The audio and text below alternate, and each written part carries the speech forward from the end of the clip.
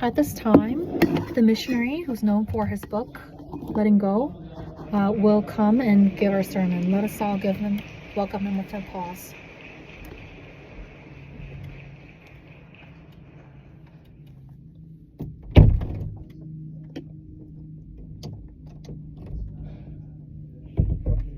Thank you for welcoming a nomad like me. Thank you for this opportunity to speak at this time at this church. I will pray and begin. Dear God, I lift up this time to you. Without you, Lord, our lives are nothing. Have mercy on us and lead us to a time of grace. We look forward to eating what you have prepared for us. Pray all this in Jesus' name, amen. When you look at today's passage, the Lord is my shepherd, I shall not want. This is David's confession. This passage, even those who are not believers have probably heard this passage before, and you've read it multiple times and meditated on it and place it on a placard at your home or make it the background of your monitor screen. One thing I want to ask you is, do you really lack nothing?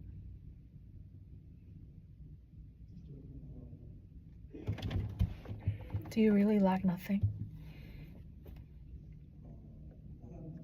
What's the problem here? There are many things that you lack. Why does David say that he lacks nothing? How can he make this confession? Is it because he is a king? Today's passage from verse 1 through 4 is in the context of while David was a shepherd. This is his life's confession in the desert as he was a shepherd taking care of the sheep. What is the reason he can make this confession that he lacks nothing?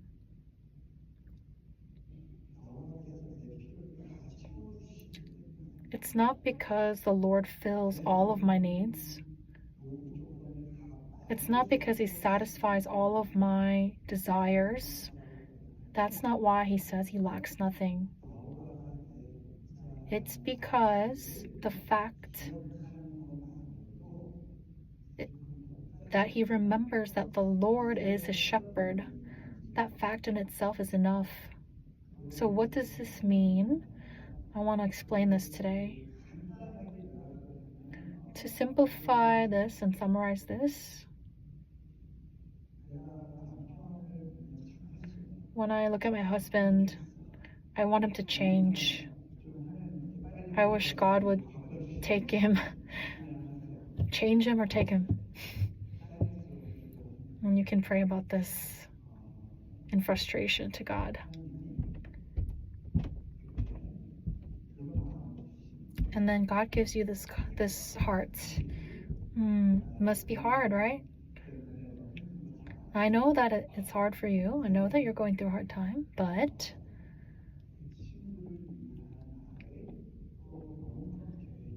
I have a long-term plan for him.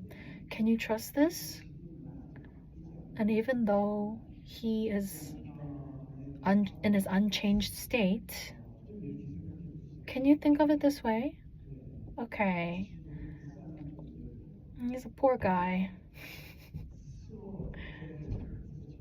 And there's not much he can do.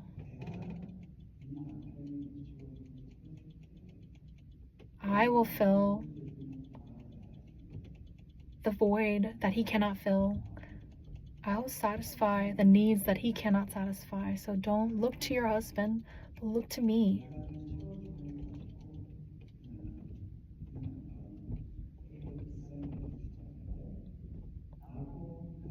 Take what I give you and have mercy on your husband. When this word comes to my heart,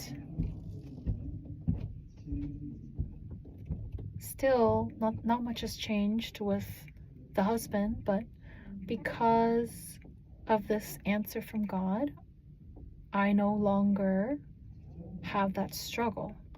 It's the same way with finances, with your job. So I think that's the end of the sermon. Let's see this picture.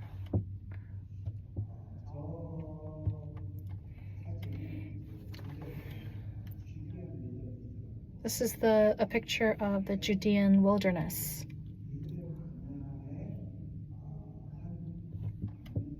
It's a picture of the desert.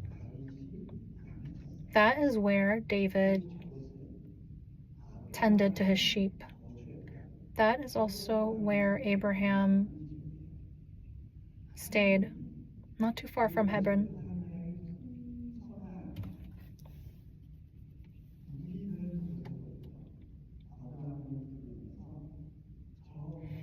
God called Abraham from the pastures of Mesopotamia and put him in this place.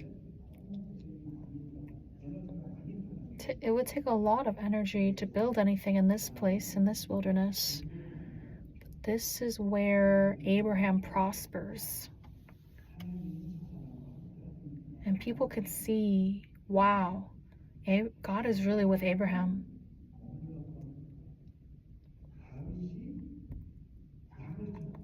So this place where Abraham dwelled and where David shepherded the sheep, and where Absalom ran away, this is the kind of environment that they were in. This is the kind of environment that God trains his people. This is the default setting that God brings them for training and growth in their faith. So living as a sheep in this kind of environment means you really cannot live alone or survive by yourself. But Jesus says that He will be our shepherd.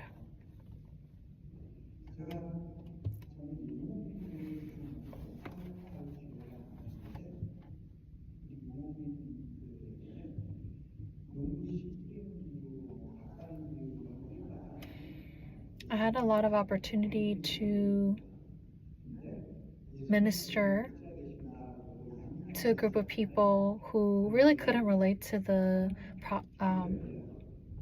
proverb of the analogy of the farmer analogy with the seed on the soil, but with the shepherd analogy, they could really relate and understand. So when you look at this photo, there are sheep and goats. You can see some goats here. When they eat the grass is very precious. So they have to move around to find the grass. He makes me lie down in green pastures. This verse is really just once or twice a year, just in the beginning of the year where there's a lot of rain. So if they want to lie down in green pastures, they gotta walk miles and miles. When you go to the forests and hiking trails and the Potomac, you tend to imagine like those types of greenery, but in the Bible, it's really not that kind of environment. It's very far from that, actually.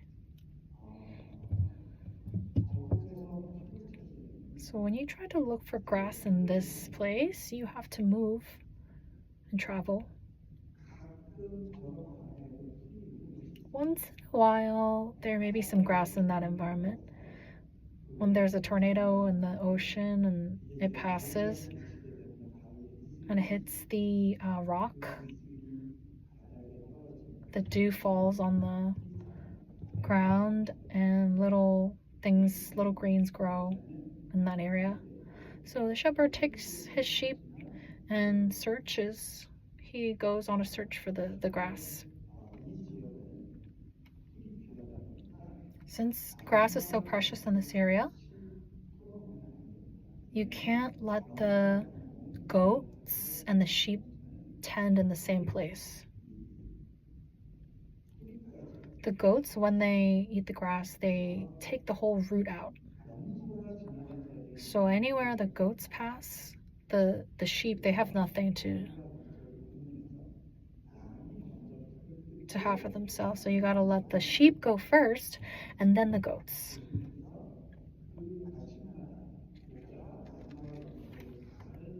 So every morning the shepherd separates the goats and the sheep, and he uses that as the analogy for the last days. In the last days, he'll separate two types of people. When you look at the goats, they're very, very loud and obnoxious when they die and when they're caught and killed. So when you catch a goat, the whole neighborhood knows. So you can't save it for yourself. You have to share with everybody because everybody knows that you caught the goat. But with a lamb or sheep, it's very quiet. They don't rebel. When they're slaughtered, you can really separate the two animals.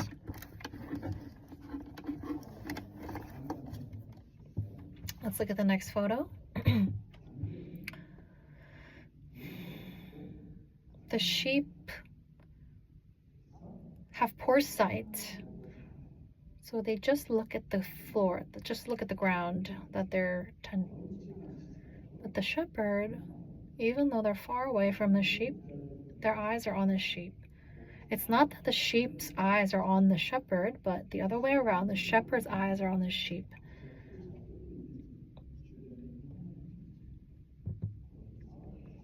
They watch the sheep to make sure they're safe from any harm, that they're feeding well. Can you see the shepherd there? And then you see the small little sheep on the side. Sorry, it's so small. And then there's a mountain. When you look on the mountain, you see the lines. What are those lines? That's the way. The way that the shepherd takes the sheep.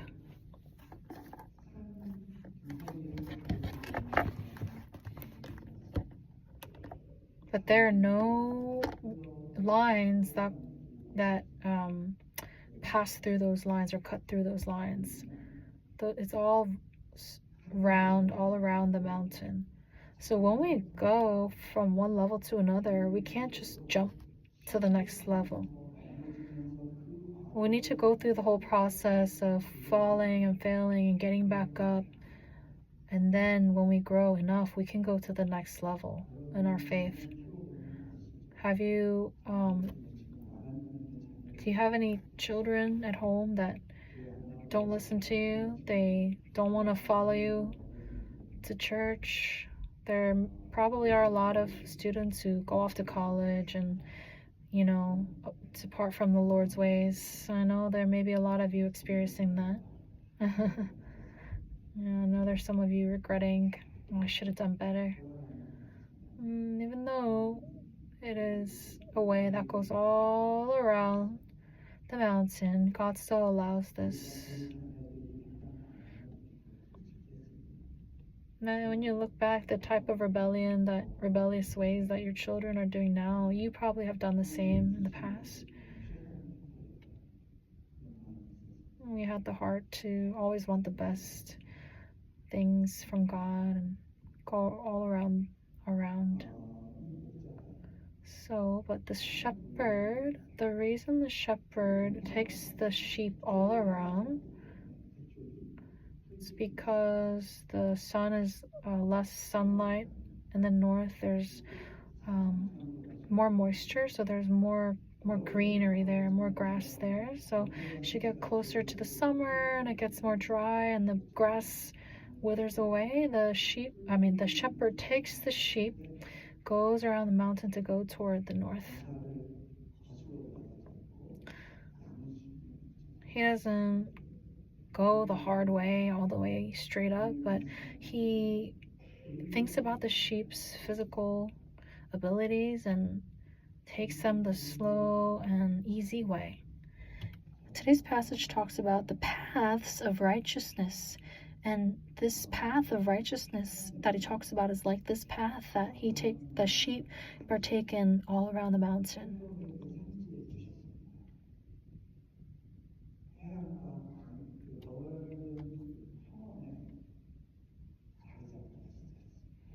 God doesn't put David in the middle of a peaceful place, but he wants to be separate from the world and make a holy culture. God put you in this world as a minority, marginalized people. He called you to be a marginalized people because there's a God that you can meet in that place. But for us, when we tell our children, live the majority life, go the mainstream way, fulfill the dream I didn't get to fulfill. But that is when our children depart and fall away from the Lord.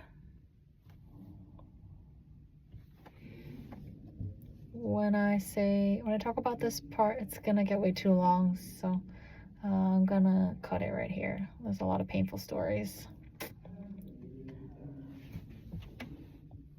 The purpose God called us to this land is not to fulfill the American dream, but to live a holy life as a minority. That is the missional life. Next picture. He restores my soul. The sun in the desert is very strong. When you're exposed to that light, walking in that light, you can faint.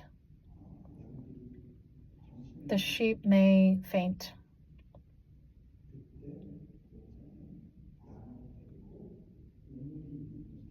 That is when the shepherd takes the sheep to a well. Desert environment rely on well water. He leads me beside still water, so the still water the sheep cannot find on their own because basically this area, there's no streams or ponds or lakes. There's usually, when the rain falls in the winter in January and February, the rain falls in the area where there's no trees. It can be really dangerous during the rainfall because there are no greens or any trees. That's why it says, even though I walk through the valley of the shadow of death, the valleys are very dangerous. You can lose your sheep there. When the rain stops, and when there's some water between some rocks, all the water falls through because it's just sand, but there's some still water between some rocks, but it doesn't last very long. At the end, in order to restore the soul, you need to go to the well.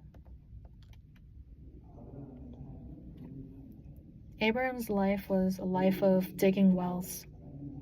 It's not building a high top, but a life searching for wells. Even if the sheep get to the well, they do not have the ability to get to the water, even in front of the well. So the shepherd has to get the water from the well and then feed it to the sheep. in this dry environment, when we're living through this dry kind of life, like what will I eat tomorrow? How will I live tomorrow? That kind of search. That kind of experience is where we could actually experience the Lord as our shepherd. We have two choices.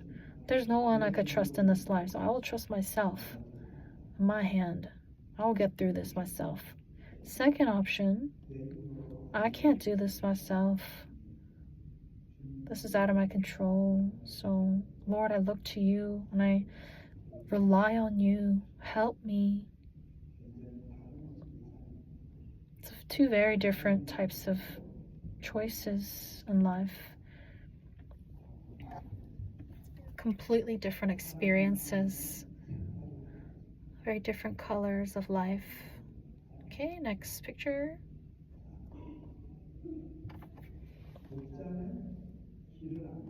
The shepherd knows the way. The sheep cannot find the way on their own. We have a tendency to want to decide our destination ourselves.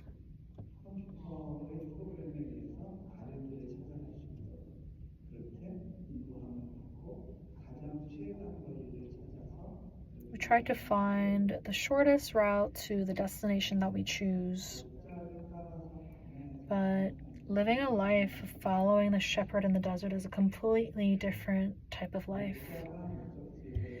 The shepherd knows the destination. The only thing the sheep can do is simply following the footsteps of the shepherd.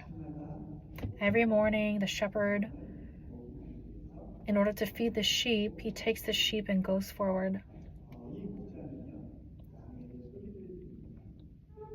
The shepherd makes some strange noises, so it's hard to try myself, but every area in the desert that I went to, the sound that each shepherd makes is different. But that sheep in that neighborhood of that house, they know that specific sound that their shepherd makes. And when they make that strange calling sound, even the little lambs that were just born, they know the voice of the shepherd. And they follow their shepherd.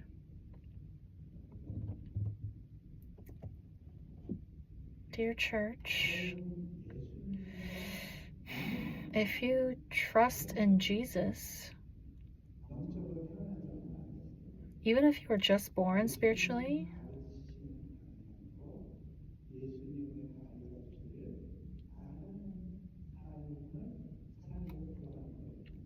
it means following the footsteps of the Lord, of Jesus, as our shepherd.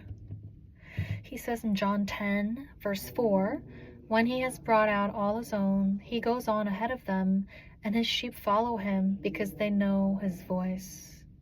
The shepherd doesn't follow from behind. It's because the sheep have no ability to go before the shepherd. They don't know the way. So if they go in front of the shepherd, they will follow the shepherd by his voice. That's the life of the sheep that follows the shepherd. Verse 27, my sheep listen to my voice.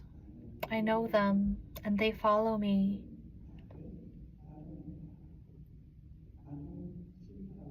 It's a very simple life.